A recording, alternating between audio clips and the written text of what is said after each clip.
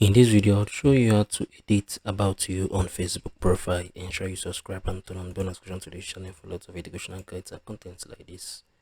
This is our Facebook, right? If you love to edit about you in your Facebook, what you're going to do right now, you're going to scroll down, right?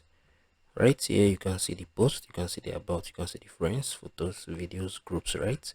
So click on this about, right? If you click on it, you're going to see the general overview, right? So if you love to edit your about you, what you're going to do right now, you're going to add a workplace, right? You're going to add a secondary school, you're going to add your university, current city, hometown, relationship status, right? If you click on this as well, you're going to add this, right?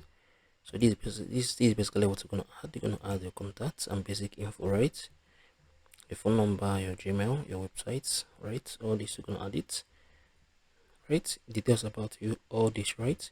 So this is basically how you can add or how you can edit about you on Facebook. If you find this video helpful, share your thoughts below in the comment section. Thank you guys for watching through. I'll see you in the next video.